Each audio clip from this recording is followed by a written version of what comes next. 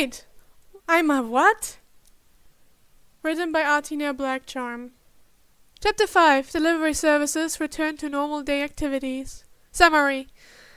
The Danny Phantom delivery service is promised to always deliver all your items in perfect condition to your location. Warren hadn't understood the kid that gave him sandwiches and spoke to him politely. After actually talking to Danny, he grew even more confused. Tick and Tack, who hid from him, made more sense to Wallon than the teen who sat near him with ease. The folks that kept an eye on him as he and Danny spoke made more sense. That had been familiar. That had been routine, something he expected. Wallon actually knew what to do with that. He didn't know what to do with a kid who was obviously not from around here, and in fact seemed to be fully aware of the delicate dance he was doing with Death. They looked so normal, despite being so close to him, as Wallon towered over the short skid. Wallon stared at them for another moment before turning and walking down the street. Danny followed. They walked in silence for particularly the whole time. Oddly enough, it didn't feel uncomfortable for Wallon, although there were some moments when Wallon wasn't exactly sure if Danny was still there. When that happened, he would glance to the side and down, given how short Danny was, and there they still were walking near him. Wallon didn't remember street kids being able to walk so silently, especially ones not from Gotham. The neighborhood was unusually silent, and Wallon took a glance to look around. He knew he was close to Crime Alley. The buildings themselves looked the same as they did in crappy areas, in need of fresh coats of paint and general repairs. There were buildings that were abandoned and should have been torn down years ago. Even the park they walked by showed signs of overgrowth. The playground set had more of a chance of falling apart than someone playing on it without getting cut by the rusted metal. So in general, pretty much something he was used to seeing, except it didn't feel so tense here. There was a sense of ease that reminded Wallon of the teen walking near him. It was a welcoming change from Arkham. A while later, when he glanced to the side again, Danny wasn't there anymore. When he paused and looked, he saw Danny standing still a few feet behind him. "This is how far as I go, Mr. Croc," Danny said, and looked around the street. And further beyond at something Wallon couldn't see. He looked back at Wallon. "Our agreement is still valid if you want it to be. Eric would probably like to see you around again. He said your scales were cool." "That sounds alright," Wallon said, not bothering to include that he didn't know who this Eric was. Then he nodded, and Wallon was reminded of one of those birds constantly bobbing their heads. With that, and nothing more to really say, Wallon walked on. He pushed the thought of Mrs. Junie's chicken salad sandwich to the side as he decided where to head next. Danny kept an eye on Croc until they left his haunt. He was a little sad to see them go, but he understood that the big guy probably had some unfinished business elsewhere in Gotham, though he hoped he could get to see him again soon. When he went back to the building, he saw Martin standing outside. He was fiddling with his fingerless gloves, but looked up when he heard Danny coming back. Danny hopped up on the low wall next to him. "So," Martin raised an eyebrow, "Killer Croc, huh? How did you manage that?" "Just happened to be honest," Danny replied, thinking back to how it had really been just being at the right time, right place.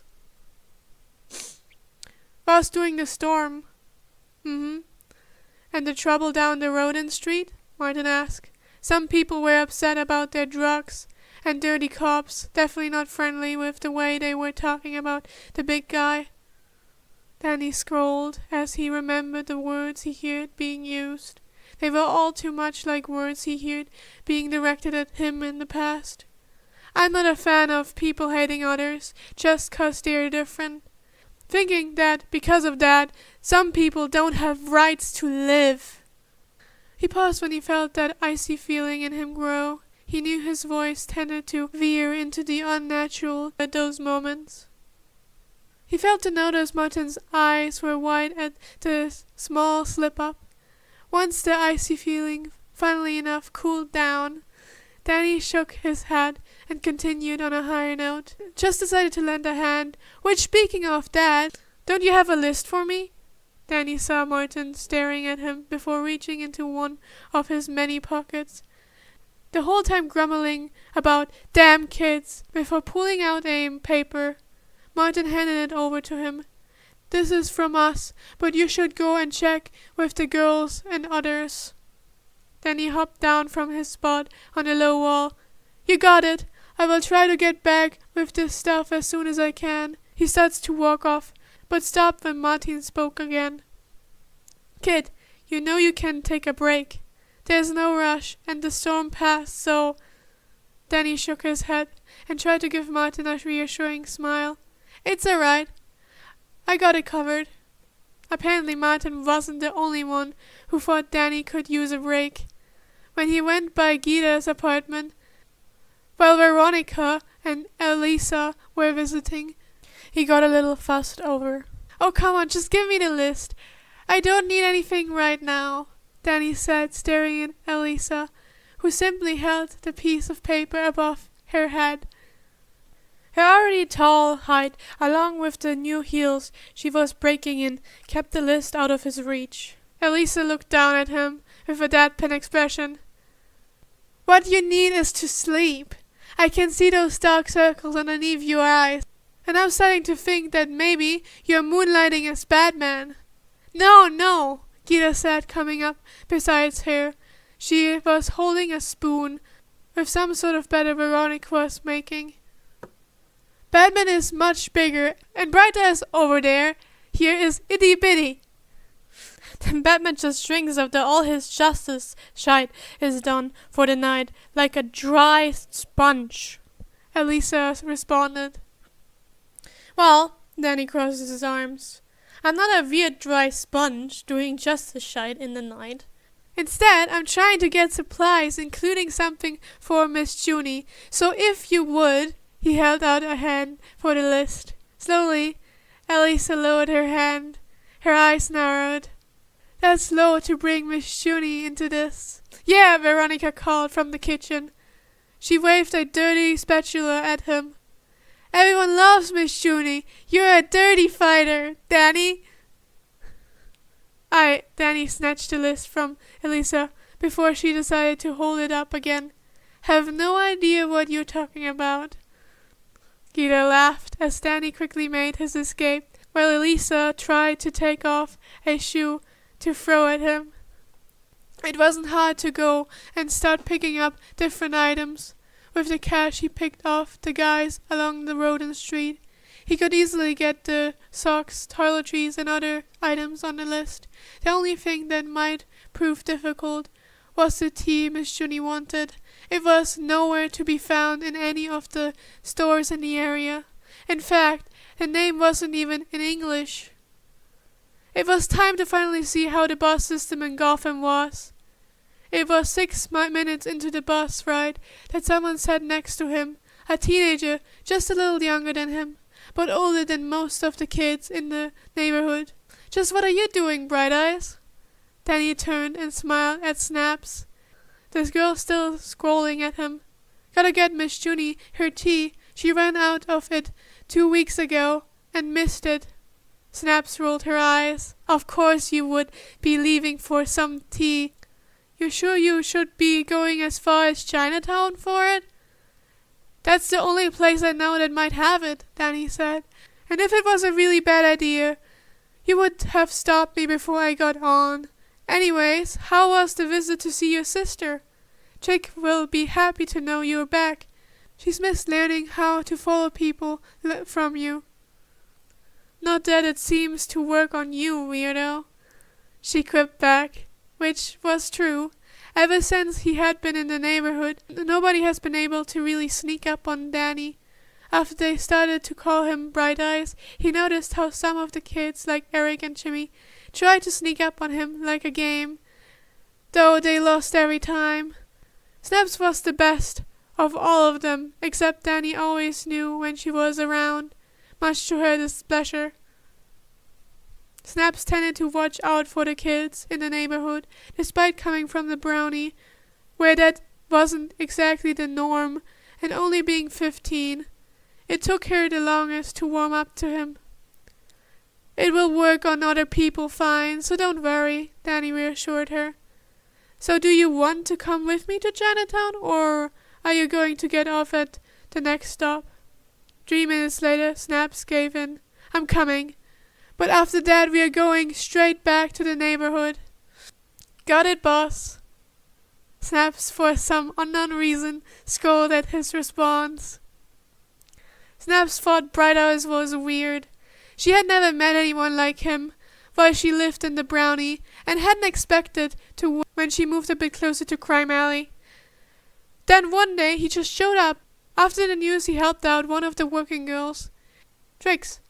Her ex-boyfriend was a real piece of shit, according to the others. And while he had been hitting her in the alley, then he just showed up.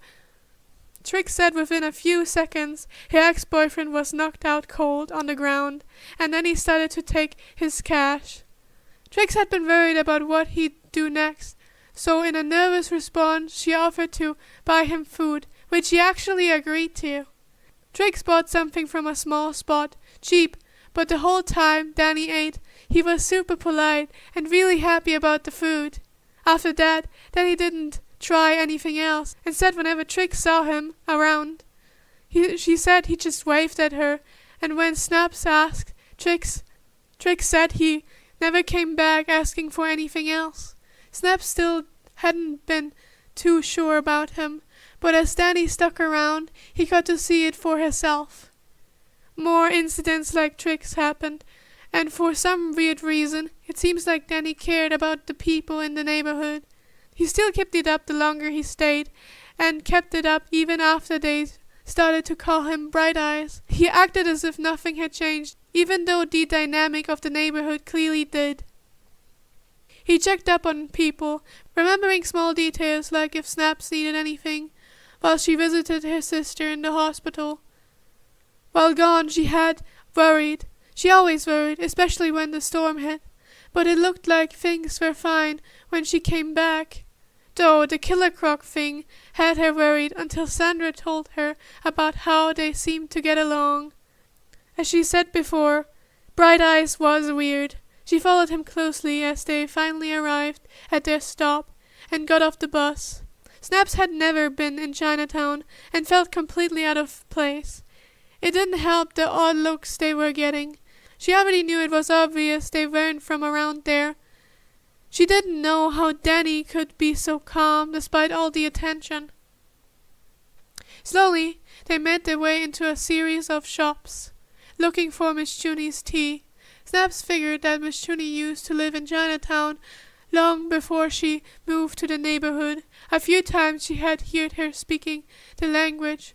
She heard them speaking in the shops. She wasn't sure which one it was, though.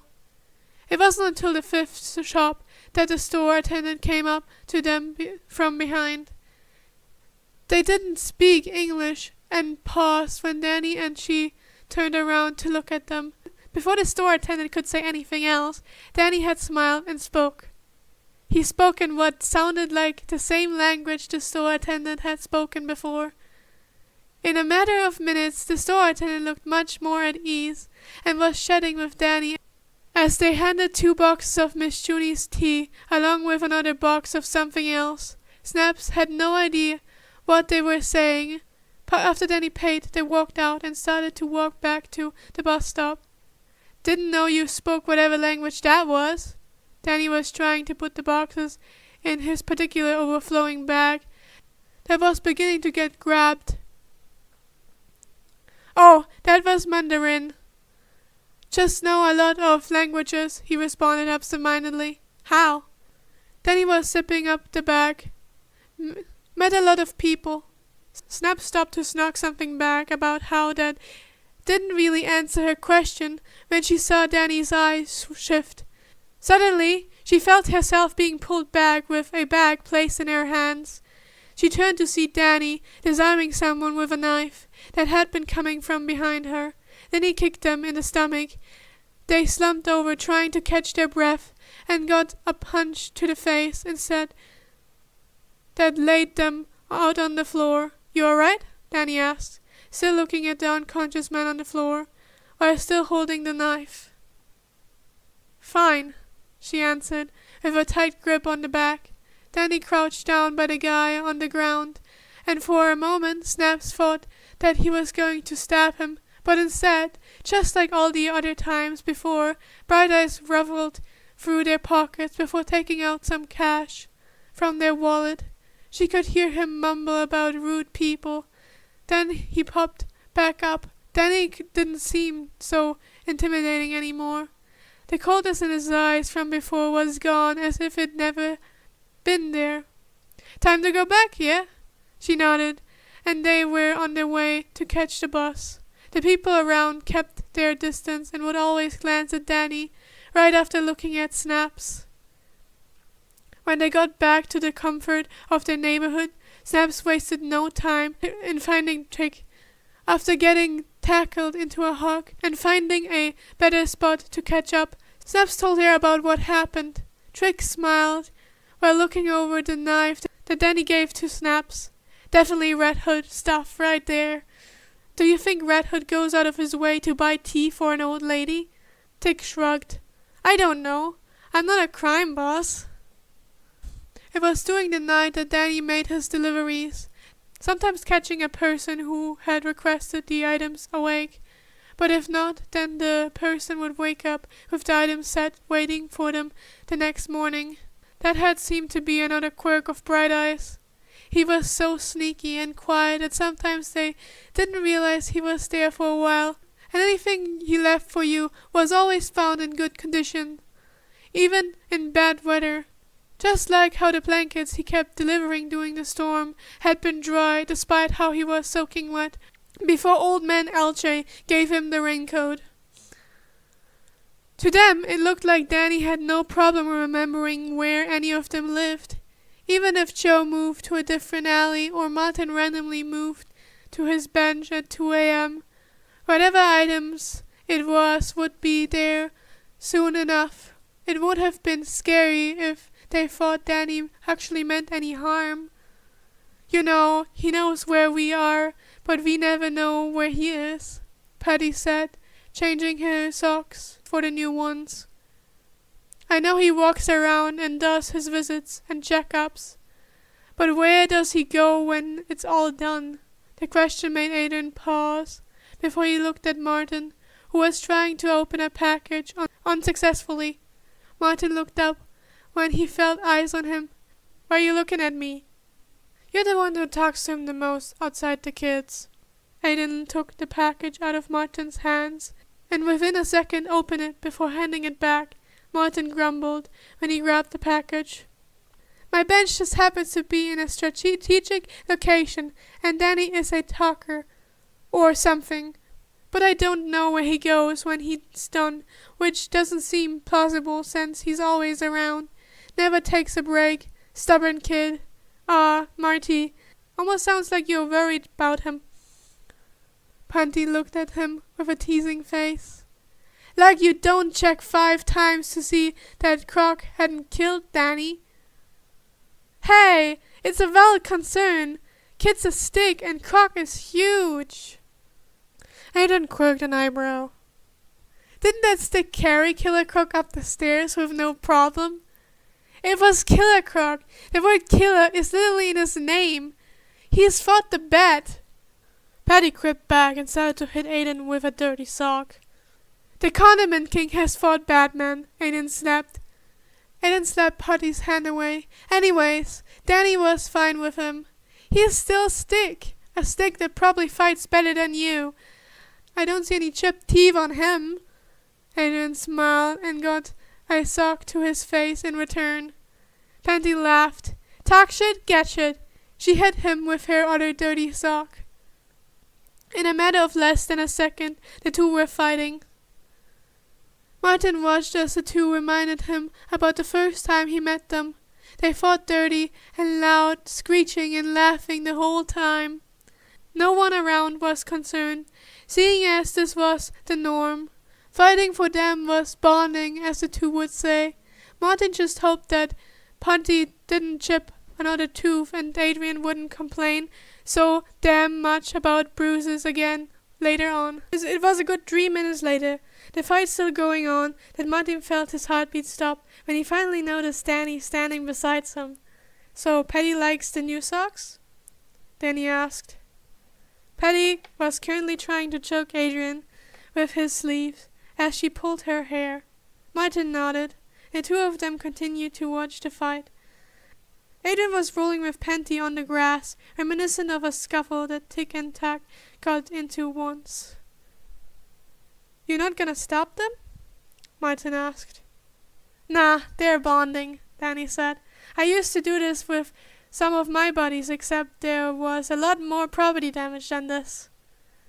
Martin looked away from Adrian pinching Patty in the neck and at Danny. "Property damage?" Danny nodded.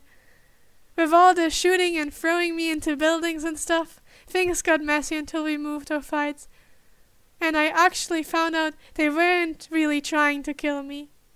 He went silent as he watched Patty jab Adrian in the ribs. "I kind of miss it, to be honest." Martin thought about how Danny always looked like he was doing something. Whenever it was checking up on people, delivering a constant stream of blankets, or finding another troublemaker to beat up and take their cash. The whole time he spoke to them politely, accepting food with a grateful smile and asking if they needed anything. It made him wonder just how old Danny was. It created a puzzle that Martin had no hope that he would get to put together completely anytime soon, especially with how many out-of-pocket things the kid would say. The sentiment was shared with the rest of the neighborhood.